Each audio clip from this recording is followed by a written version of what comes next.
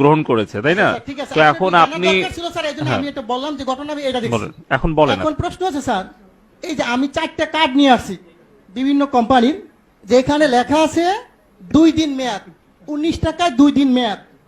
এটা হচ্ছে বাংলা লিঙ্ক। এখন আছে 19 টাকায় আপনার 24 ঘন্টা মেয়াদ রবি, আর এয়ারটেল আছে 19 টাকায় 31 দিন 3 দিন মেয়াদ, আর গ্রামীণে 2 দিন মেয়াদ। আমার প্রশ্ন হচ্ছে এই জিনিসগুলো কি স্যার পয়সা যায়? এটির মেয়াদ থাকবে কেন? আমার প্রশ্ন হচ্ছে মানুষের টাকা আপনি মনে করেন আমরা যদি 20 কোটি লোক হই, যদি 20 টাকা করে ভরি, আর একদিন সবাই কথা বললাম না, কত হাজার কোটি টাকা এই কোম্পানি নিয়ে যাচ্ছে, সিস্টেমের মাধ্যমে নিয়ে যাচ্ছে। এর আগে আমি বলেছিলাম, একটা নিউজে দেখাইছে 17 মিলিয়ন ভিউ হয়েছে। ওদিন থেকে উচিত ছিল এই সিস্টেমটাকে বাংলাদেশে বন্ধ করে দেওয়া। আমি বারবার বলেছি গরিব মানুষ ভিক্ষা করে, সে 20 টাকা ভরে।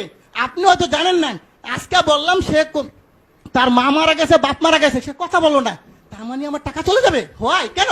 এই গ্রামীণ ফোন কোম্পানি বা অন্য কোনো কোম্পানি এরা কারা?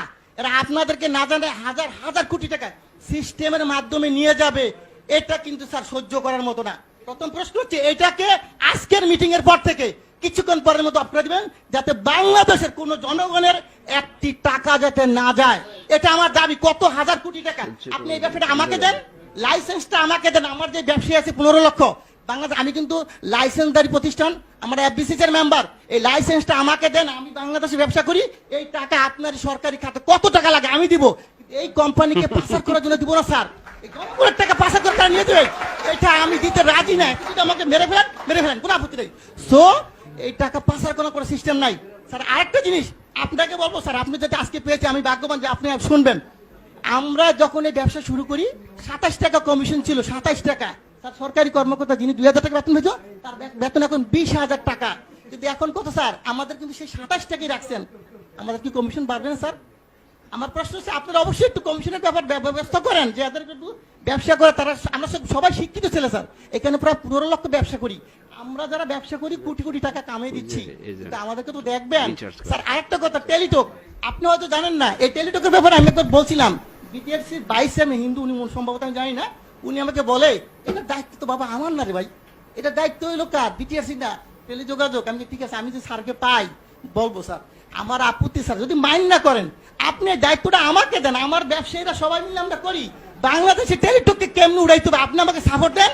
আমি বলবো কোন দোকানদার আমাদের দোকান থেকে টেলিটকের সিম কেনার পরও রিচার্জ পাবে, তা হবে। টেলিটক কেমনে করতে হয় স্যার? আপনি যদি কোনো ধরনের সিস্টেম থাকে আপনি বলেন যে বলে এমনি সহযোগিতা করে, আমি করতে বাধ্য আপনাকে। আপনি যেভাবে চান টেলিটক অবশ্যই উন্নয়ন হবে। টেলিটককে গ্যাফরাইকে, আমাদের দেশি প্রতিষ্ঠানকে গ্যাফরাইকে অন্য কোম্পানিকে উড়াই দিব, আর এটা টাকা পাচার করে নিয়ে যাবে স্যার, এটা মেনে নেওয়ার মতো না। অবশ্যই আমি চাবো, আমি অনেক কথা বলতাম স্যার, কিন্তু আজকে বললাম না। এই বিষয়টা আমি চাই যে আপনি টেলিটকের উন্নয়ন করেন, দেশের টাকা দেশে থাকুক। আর এই গ্রামীণ কোম্পানি বা অন্যান্য কোম্পানি মিনিট যে সিস্টেম করে নিয়ে যাচ্ছে, এটা স্যার বন্ধ করে দেন আজকে থেকে।